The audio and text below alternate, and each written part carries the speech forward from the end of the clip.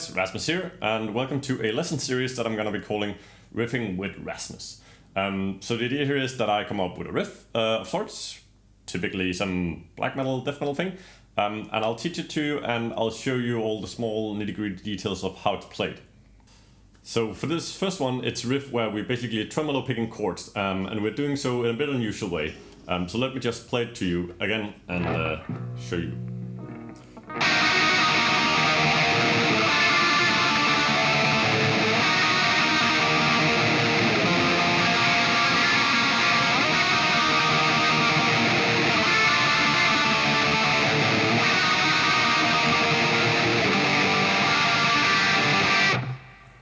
So it's fairly straightforward with the chords. Those are just minor chords. Those are fairly easy, you should know those.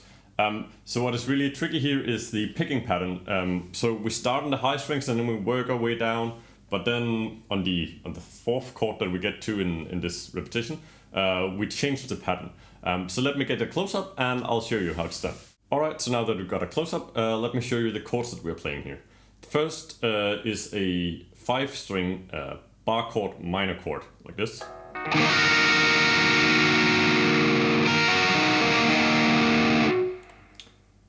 And we're going to do something a bit special. We're going to extend the bar with our index finger so that it also covers the 6th string, so that we actually have the 5th of the chord played on the 6th string, like this.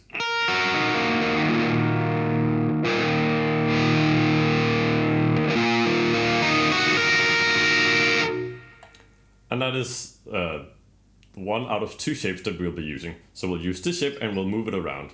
So we start on the 6th fret, then move to the 5th fret,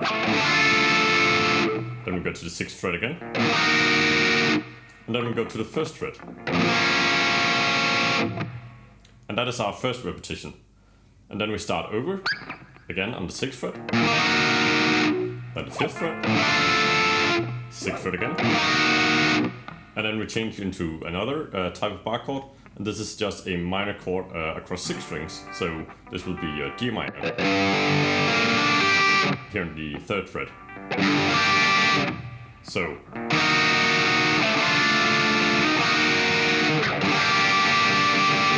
for the second repetition. So in total, the chord progression that we have is gonna be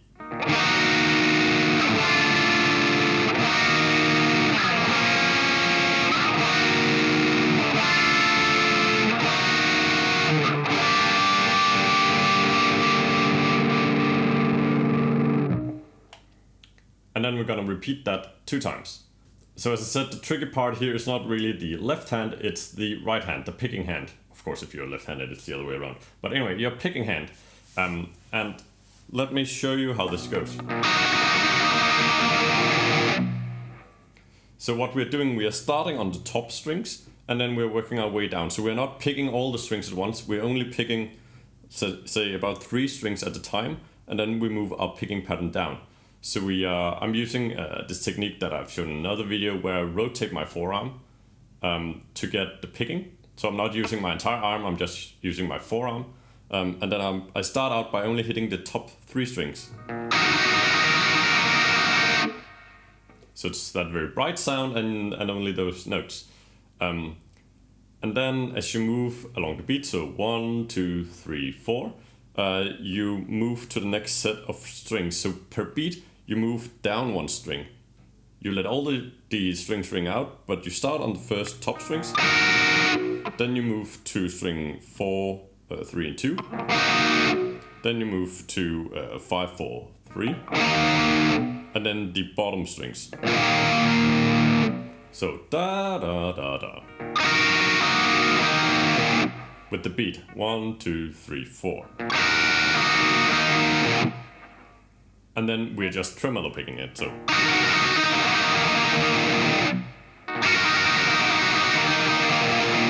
And it doesn't have to be precise, it's more that you get the overall motion of that there is a change in the sound of the chord across the beat, so.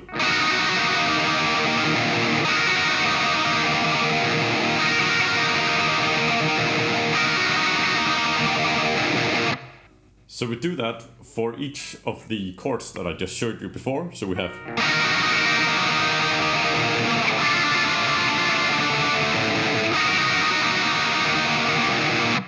but then when we get to the last of those chords, so the fourth chord, we're gonna invert it. So here we start on the bottom, play only the bottom 3 strings. Then we play the next 3 strings. Again, going along with the beat, so what we had before was and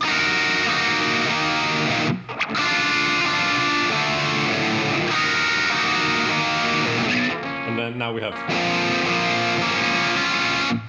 so tremolo pick, that's gonna sound like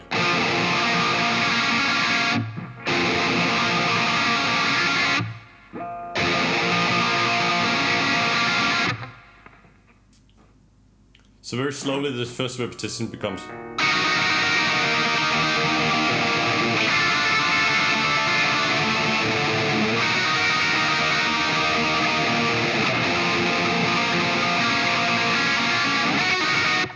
and now for the second repetition, the first 3 chords are exactly the same, so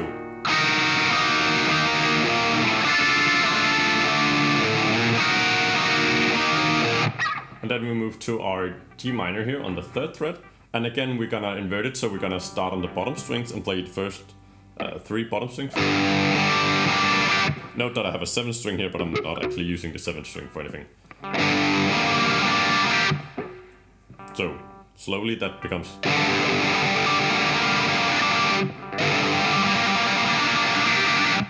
so we also use the rhythm to mark that this is now kind of a turning point in music, we're going back to the beginning. So it could also have been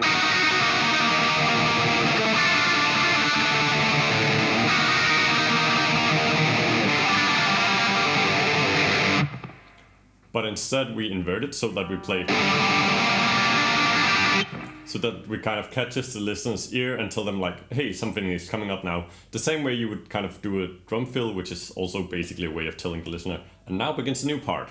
Especially in black metal where it can be a bit chaotic, actually having something that very clearly marks that like, this is a new point, so now you should pay attention, it's a new thing happening. It's a good way to write music, or it at least can be a great tool. Alright, so let me play those 2 repetitions for you just slowly now. So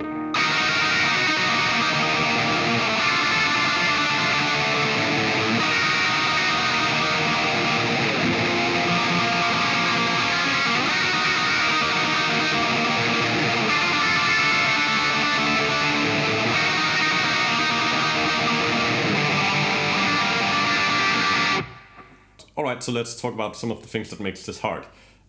First off, you need to be aware of where you're picking. So if you're using kind of entire arm movements, it can be very hard to pinpoint to only play a couple of strings here and then moving that pattern a bit around. So what you can do is extend your little finger and maybe your ring finger and basically grab the pickup so that you have a reference point. Then it's a lot easier to kind of know where am I, on which strings am I actually picking now. So that you don't have to sit and look, but that you just know by feeling that, okay, now I'm playing the top strings, or now I'm playing the low strings. And if you have a hard time learning this, or it's too much to couple with both the fast tremolo picking and have to shifting the focus of the picking, try just playing at a half speed. So the tempo of the song remains the same, but you're just doing half the amount of repetitions with the tremolo picking, so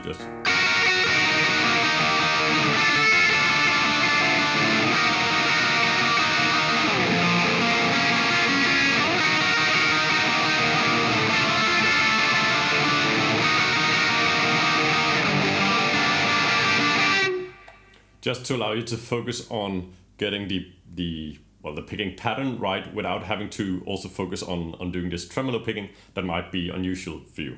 Another thing that's important to focus on is that you are actually fretting out the entire chord the entire time. Even when you're only playing the low notes, it still adds a lot that the higher strings are ringing out. It makes the chord sound fuller, so you might be tempted to only really press down on the notes that you're actually fretting, like this. but then you kind of you lose some of that kind of wildness or craziness that this lick has to it. So you have to press the entire thing down at once and have it all ring out while you're playing. That makes it sound more chaotic, which is nice. Another thing to keep in mind when you're playing stuff like this is the tone that you're using. So you don't want to have a ton of distortion going on, because then you will not really be able to hear that you're actually playing different parts. It'll just sound like you're playing the entire chord all the time, because you're not able to hear the subtlety that is the moving around of the chords. So I have a good amount of gain on my 655 here, but it's not like that much. You can hear that if I actually pick soft, then it doesn't distort very much at all, actually.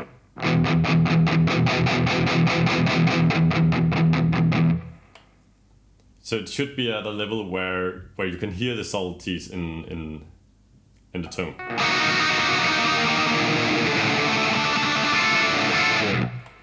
So the idea with this riff, of course, was just to show you that you can do these different picking patterns. I think you can come up with something much more creative. I tried to make it simple, so 4 chords and just 2 different patterns, but you could change it up so have a lot more different chords. And also right now it's like I stayed 4 beats on each chord, but you can change it up so that you have a much more complex both rhythmic structure and chord structure. This was just an example to get you into what is the idea here. So I hope you found that useful, and I hope you can use that in your own playing. And if you like these types of videos, then please subscribe, and I will do a whole lot more. I have a lot of ideas for riffs where we're practicing various kinds of picking, various kinds of chords, and all sorts of stuff. So yeah, please stay tuned for more. Thanks. Bye.